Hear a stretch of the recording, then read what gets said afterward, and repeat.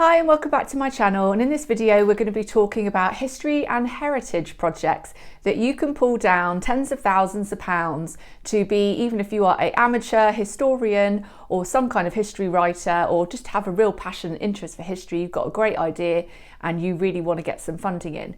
So I'm going to tell you all about that in this video, but first please hit the subscribe button so you can stay up to date with everything related to CICs and grant funding. And also jump over to my website if you want to know more, want to book a call with me, or if you want to do my course, How to Set Up a CIC and Get Funded in 4 months. So that all aside, let's get into it. So I personally absolutely love history, always have done since school. I don't have a history degree or anything like that, but you know, history has just been something I've always read about, I've always been very interested in. I love going to museums, etc. And I also really love my local history here in Cornwall.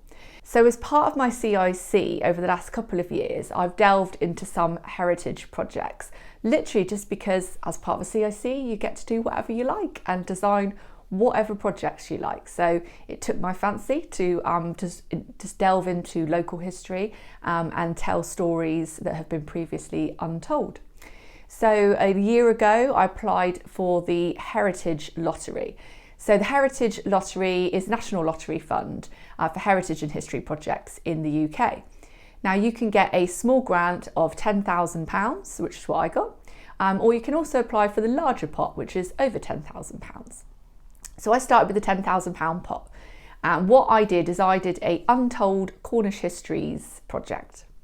So what I did as part of that is I went to and linked up with the archives, the Cornish archives, and I did lots of research around diversifying history. I wanted to really get into kind of stories that haven't really been uncovered yet. And you know, the sort of the narrative here in Cornwall is very samey. It's all just about invention, and are obviously the inventions that were very important for the Industrial Revolution, which is like the invention of steam and Richard Trevithick and explorers like Richard Lander and people like that. So when you talk about Cornish history, you should think about mining heritage, Industrial Revolution, because we are that sort of community. So I wanted to find out more about women's history, because that's something that interests me, but also wanted to learn more about Black Cornish history.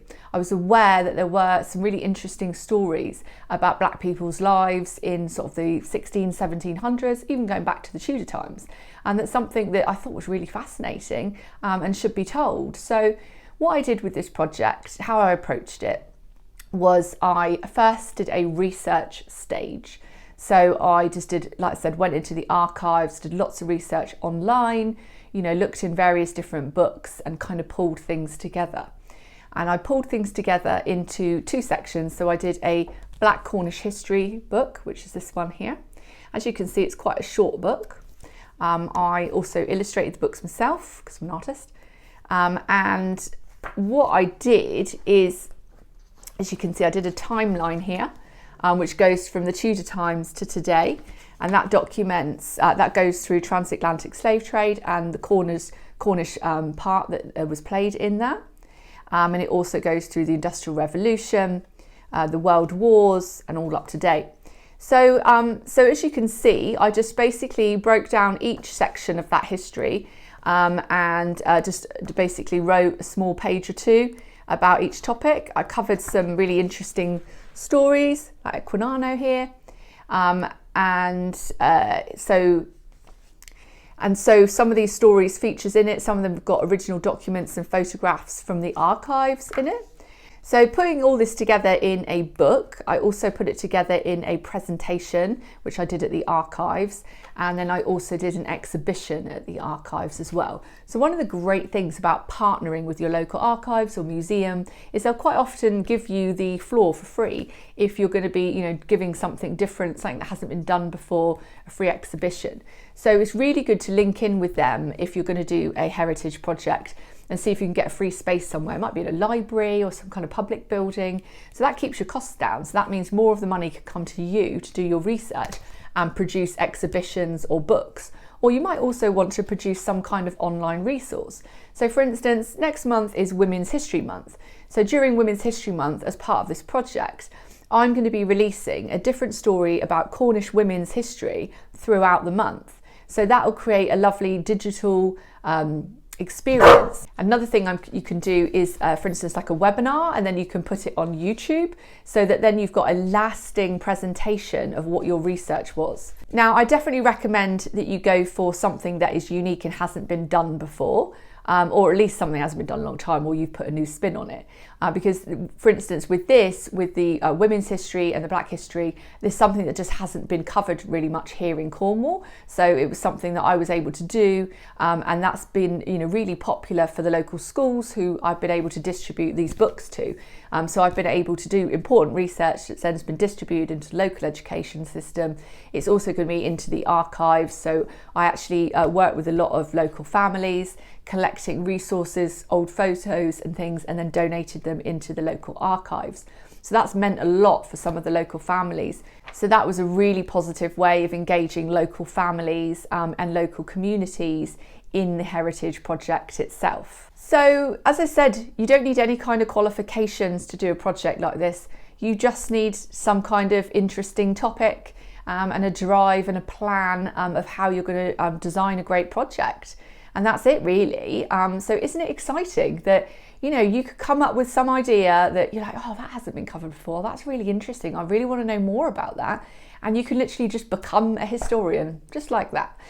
So my 2 books are actually now going to be published. So I've actually had offers for these to be published because they were so unique. So literally within a year, I'm a published historian just from doing a lottery heritage application.